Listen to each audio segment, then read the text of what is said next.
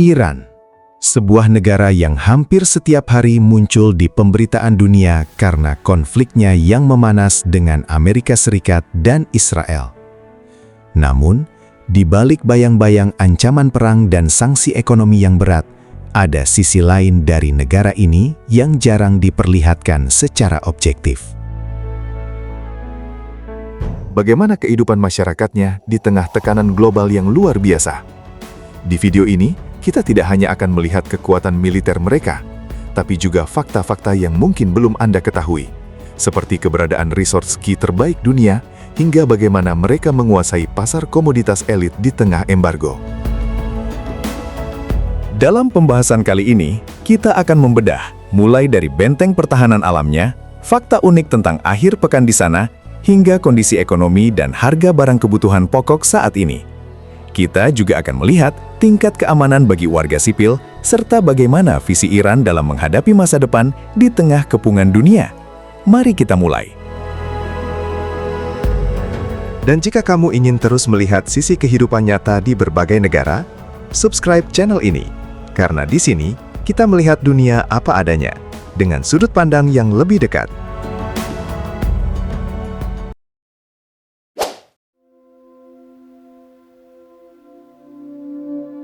Secara geografis, Iran terletak di persimpangan krusial antara Asia Barat, Tengah, dan Selatan. Posisi ini menjadikannya jembatan darat utama sejak zaman jalur sutra hingga era geopolitik modern saat ini. Namun yang membuat Iran unik bukanlah sekedar posisinya di peta, melainkan bagaimana daratan ini terbentuk. Sebagian besar wilayahnya berada di dataran tinggi Iran yang dikelilingi oleh barisan pegunungan raksasa yang seolah-olah menjadi tembok pelindung alami bagi seluruh negeri. Di sisi barat dan selatan, membentang pegunungan Zagros yang memiliki panjang lebih dari 1.500 km. Pegunungan ini bukan sekadar tumpukan batu, melainkan labirin raksasa dengan puncak-puncak tajam dan lembah yang sangat dalam. Sejarah mencatat bahwa medan yang ekstrim di Zagros telah menjadi mimpi buruk bagi banyak tentara penyerang selama ribuan tahun, karena sangat sulit untuk memindahkan pasukan besar atau kendaraan berat melewati celah-celah sempitnya yang dijaga ketat oleh alam. Bergeser ke bagian utara, terdapat pegunungan Alborz yang menjulang tinggi, memisahkan pedalaman Iran yang kering dengan wilayah Laut Kaspia yang subur. Disinilah berdiri Gunung Damavand, gunung tertinggi di seluruh Timur Tengah. Keberadaan Alborz menciptakan isolasi alami bagi ibu kota Tehran, melindunginya dari ancaman utara sekaligus menjadi penyedia sumber daya air utama. Kombinasi Zagros di barat dan Alborz di utara inilah yang membuat Iran sering dijuluki sebagai benteng tak tertembus di kawasan ini. Namun, di balik citra Iran yang gersang dan penuh gurun pasir, pegunungan ini menyimpan rahasia yang mengejutkan dunia internasional. Di lereng pegunungan Alborz, hanya beberapa jam dari Tehran, terdapat resort ski Dizin. Ini bukan sekadar tempat bermain salju biasa. Dizin diakui sebagai salah satu resort ski terbaik di dunia oleh Federasi Ski Internasional. Karena ketinggiannya yang mencapai 3.600 meter, kualitas salju di sini sangat kering dan ringan, menjadikannya lokasi impian bagi para pemain ski profesional. Keberadaan fasilitas ski kelas dunia ini memberikan kontras visual yang luar biasa bagi siapa saja yang mengunjunginya. Di satu sisi, dunia melihat Iran sebagai negara yang panas dan berdebu. Namun di sisi lain, para pelancong bisa menikmati salju abadi dan fasilitas olahraga musim dingin yang mewah. Realita geografis ini membuktikan bahwa Iran jauh lebih beragam daripada apa yang sering kita lihat di layar berita. Sebuah kombinasi antara pertahanan militer yang tangguh dan keindahan alam yang tak terduga. Ketangguhan Iran tidak hanya terletak pada benteng alam yang kokoh. Di balik pegunungan raksasa ini, terdapat denyut nadi kehidupan masyarakat dengan ritme keseharian yang unik. Mari kita lihat bagaimana masyarakat di sana menjalani hari-harinya.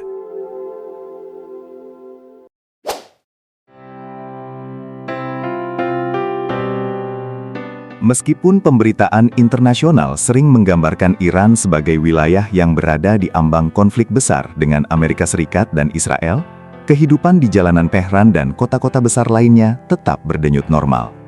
warga lokal tetap pergi bekerja, anak-anak bersekolah, dan pusat perbelanjaan tetap ramai. Ada semacam ketenangan yang unik, di mana masyarakatnya sudah terbiasa hidup berdampingan dengan ketegangan politik selama puluhan tahun. Di tengah ancaman yang datang dari luar, masyarakat Iran menunjukkan daya tahan yang luar biasa. Meski sanksi ekonomi berdampak pada daya beli, budaya berkumpul di ruang publik tetap menjadi bagian penting dari identitas mereka. Kehidupan sosial di taman-taman kota atau kedai teh tradisional menunjukkan bahwa rasa kebersamaan menjadi cara utama bagi warga untuk tetap tenang menghadapi ketidakpastian situasi geopolitik. Satu hal yang sering membuat orang luar merasa asing adalah ritme waktu kerja mereka. Di Iran, akhir pekan bukanlah hari Sabtu dan Minggu seperti di sebagian besar dunia. Hari Jumat adalah hari libur resmi, waktu di mana keluarga berkumpul untuk makan bersama atau pergi ke masjid.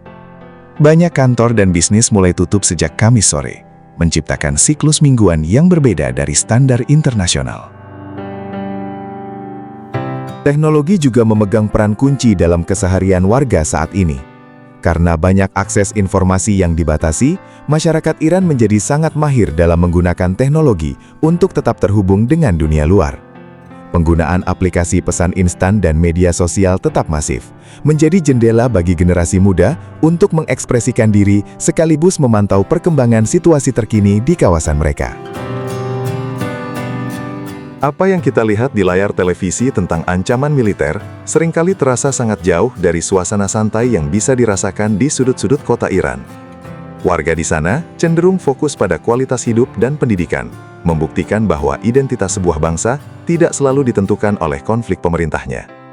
Realita keseharian ini menjadi dasar penting sebelum kita melihat lebih jauh bagaimana mobilitas kota mereka yang sangat padat.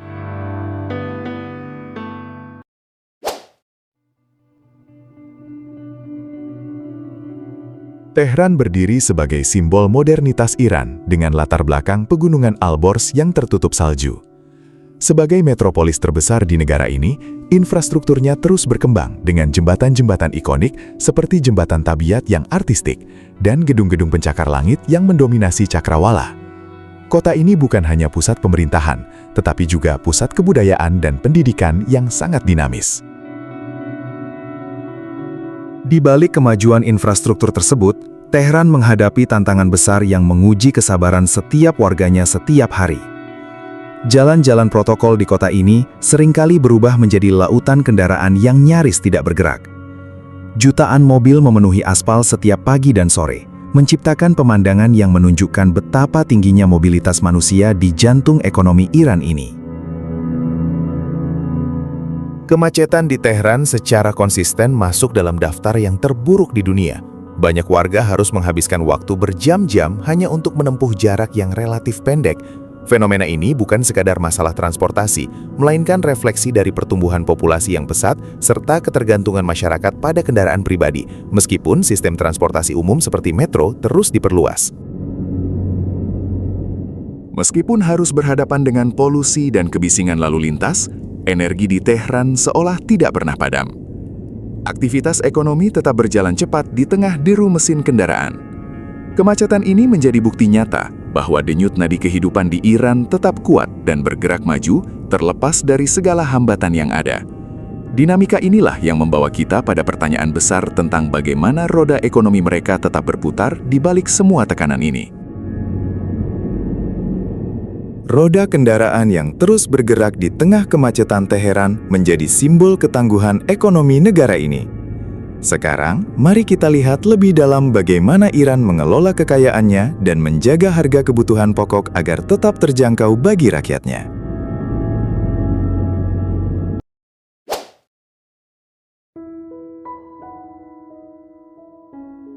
Sektor minyak dan gas tetap menjadi tulang punggung ekonomi Iran, menyumbang sekitar 70% hingga 80% dari total pendapatan ekspor mereka. Meskipun menghadapi embargo ketat, Iran memiliki cadangan gas alam terbesar kedua dan cadangan minyak mentah terbesar keempat di dunia. Melalui strategi perdagangan yang cerdik di pasar energi global, negara ini terus mengalirkan energi ke berbagai belahan dunia, memastikan arus kas negara tetap terjaga meski jalur perbankan internasional mereka dibatasi. Di luar komoditas energi, Iran memegang kendali atas harta karun kuliner paling prestisius di dunia, kaviar beluga dari Laut Kaspia. Dikenal sebagai emas hitam yang sebenarnya, kaviar Iran kualitas tertinggi bisa dijual hingga ribuan dolar per kilogram di pasar elit Eropa dan Asia. Karena keunikannya, komoditas ini seringkali sulit untuk dibendung oleh sanksi, menjadi salah satu sumber devisa yang membanggakan sekaligus pengukuh status Iran sebagai produsen pangan mewah kelas dunia. Namun ekonomi Iran bukannya tanpa luka. Sanksi yang berkepanjangan telah menekan nilai tukar rial hingga ke titik terendah terhadap dolar Amerika. Inflasi menjadi tantangan harian, di mana nilai mata uang lokal seringkali fluktuatif dalam waktu singkat. Kondisi ini membuat transaksi besar di Iran seringkali melibatkan tumpukan uang kertas yang banyak, atau warga lebih memilih menyimpan aset dalam bentuk emas untuk menjaga nilai kekayaan mereka dari hantaman depresiasi mata uang. Satu hal yang membuat rakyat Iran tetap bisa bertahan di tengah inflasi adalah kebijakan subsidi pemerintah yang sangat masif. Sebagai gambaran, harga bensin di Iran adalah salah satu yang termurah di dunia. Hanya sekitar 1.500 hingga 3.000 rial per liter. Atau jika dirupiahkan, hanya sekitar 500 hingga 1.000 rupiah saja. Begitu juga dengan roti sebagai makanan pokok. Harganya dijaga sangat rendah, sekitar 200 hingga 1.000 rupiah per lembar, berkat subsidi tepung yang sangat besar, agar kebutuhan dasar warga tetap terpenuhi.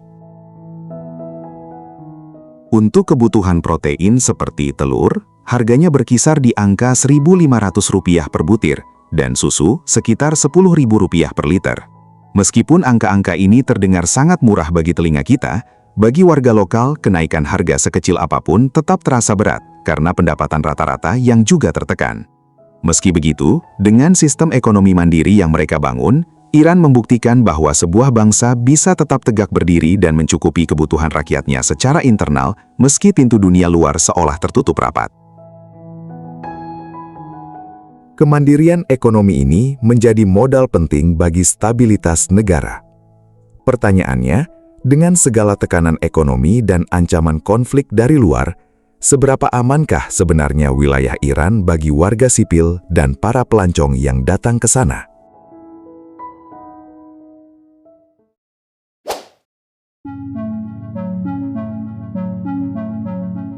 Berbicara tentang keamanan di Iran saat ini, artinya berbicara tentang sebuah kontras yang tajam.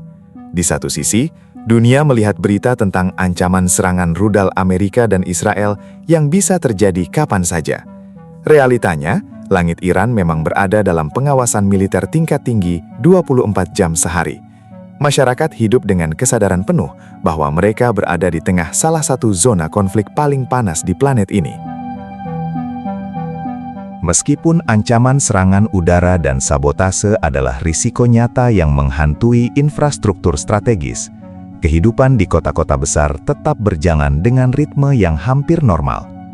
Ini bukan karena tidak ada bahaya, melainkan karena masyarakatnya sudah beradaptasi dengan ketegangan selama puluhan tahun. Ada semacam ketahanan mental, di mana warga tetap pergi ke pasar dan bekerja, meski mereka tahu sistem pertahanan udara negara selalu dalam posisi siap tempur. Kita harus membedakan antara keamanan kriminalitas dan keamanan nasional. Secara kriminalitas, jalanan di Iran sangat aman bagi warga dan turis dari kejahatan umum seperti penjamretan. Namun secara geopolitik, risiko serangan militer tetap menjadi variabel yang tidak pasti. Pemerintah Iran menginvestasikan sumber daya yang masif pada bunker-bunker perlindungan dan sistem intersepsi rudal untuk memberikan rasa aman bagi warga sipil di tengah ancaman eksternal yang nyata. Jadi, apakah Iran aman? Jawabannya tergantung dari sisi mana kita melihatnya. Bagi warga lokal, keamanan adalah tentang keberanian untuk terus menjalani hidup meski ancaman rudal ada di atas kepala mereka. Kejujuran akan realitas ini penting untuk dipahami, bahwa di balik keramahan penduduknya, ada sebuah bangsa yang sedang bersiap menghadapi segala kemungkinan terburuk dari konflik yang belum menunjukkan tanda-tanda mereda.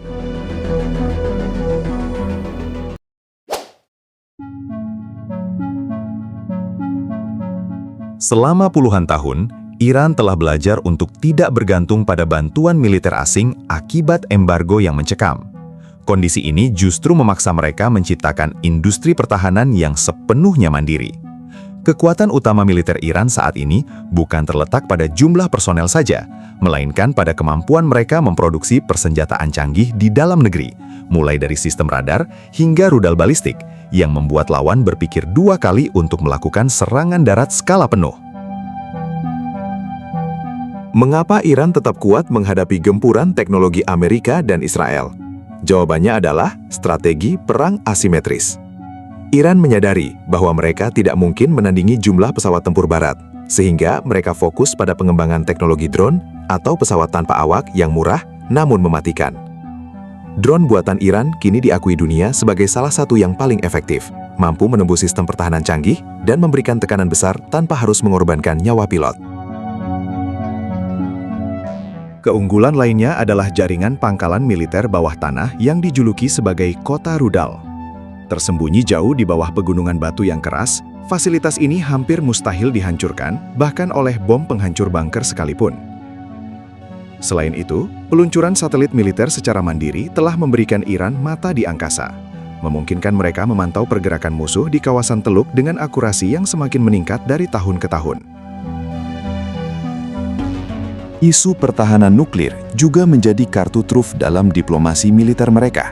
Meskipun Iran menyatakan program nuklirnya untuk tujuan damai, penguasaan teknologi pengayaan uranium tingkat tinggi memberikan sinyal kuat bahwa mereka memiliki kapasitas teknis untuk membangun pencegah nuklir jika keadaan mendesak. Ketidakpastian inilah yang menciptakan keseimbangan kekuatan yang rapuh di Timur Tengah, di mana ancaman serangan langsung seringkali teredam oleh risiko balasan yang tidak terduga. Pada akhirnya, ketangguhan militer Iran adalah hasil dari adaptasi selama 40 tahun di bawah tekanan. Mereka membangun teknologi bukan di masa damai, melainkan di tengah kecaman dunia.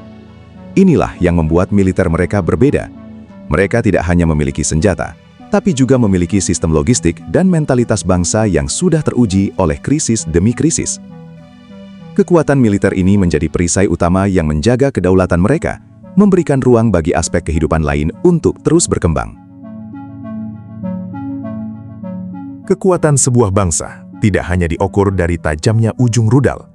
Di balik benteng pertahanan yang kokoh ini, terdapat kekuatan intelektual yang luar biasa, di mana wanita Iran memegang peranan kunci dalam menguasai sains dan teknologi masa depan. Mari kita lihat bagaimana pendidikan menjadi senjata rahasia mereka.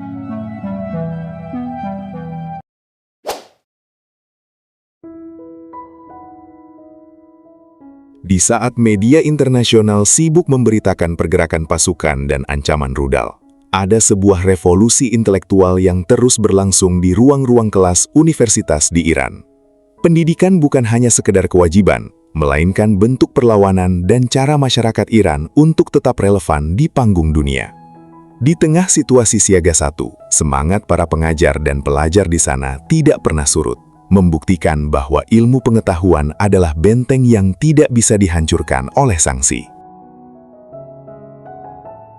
Inilah fakta yang sering disembunyikan. Lebih dari 60% mahasiswa di universitas-universitas terbaik Iran adalah wanita. Angka ini secara telak mematahkan narasi sempit tentang pembatasan hak pendidikan di sana. Wanita Iran tidak hanya hadir, mereka mendominasi fakultas-fakultas seperti kedokteran, teknik, dan sains dasar.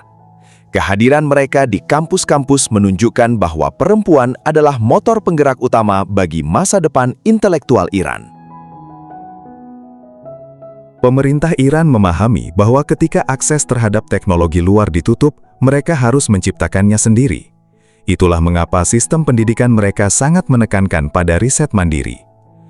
Dalam situasi perang yang mengancam, para ilmuwan wanita dan akademisi muda menjadi ujung tombak dalam menciptakan inovasi medis, teknologi nuklir untuk energi, hingga pengembangan perangkat lunak canggih yang memastikan negara tetap berfungsi, meski dalam isolasi ekonomi. Kecerdasan dan ketangguhan ini berakar dari sejarah panjang peradaban yang sangat mencintai keindahan. Setelah melihat wajah modern dan kekuatan militer mereka, mari kita sejenak beristirahat dan memanjakan mata dengan mahakarya arsitektur yang membuat siapapun akan terpaku saat melihatnya.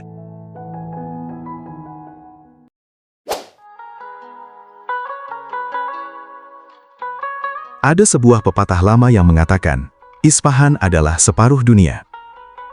Saat kita melangkah ke alun-alun Naksejahan, salah satu alun-alun terbesar di bumi, kita akan mengerti alasannya. Kubah Masjid Shah yang dilapisi mosaik biru turkuas tampak berkilau di bawah matahari, mencerminkan kejayaan dinasti Safawi yang menyatukan seni, matematika, dan spiritualitas dalam bentuk bangunan yang nyaris sempurna secara geometri. Keajaiban Iran tidak berhenti di Isfahan. Di kota Shiraz, terdapat Masjid Nasir al-Mulk yang dijuluki sebagai Masjid Merah Muda.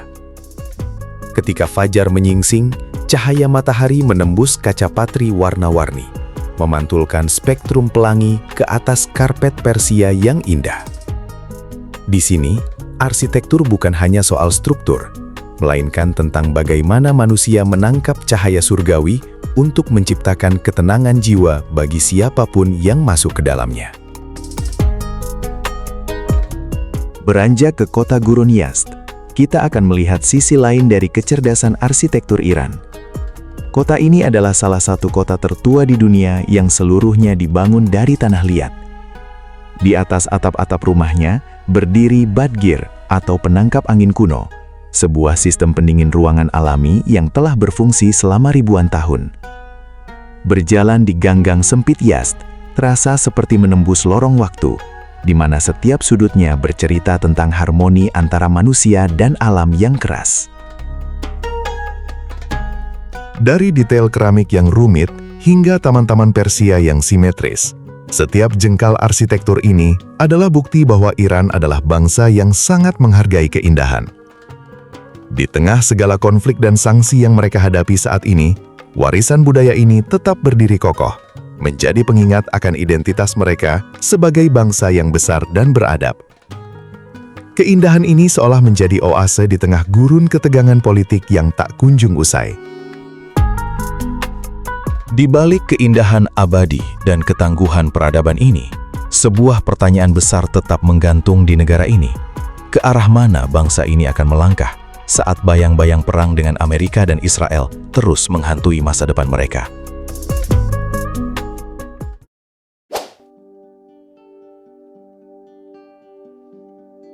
Kini Iran berada di salah satu persimpangan jalan paling menentukan dalam sejarah modernnya. Di satu sisi, mereka adalah kekuatan regional yang mandiri secara ekonomi, militer, dan intelektual.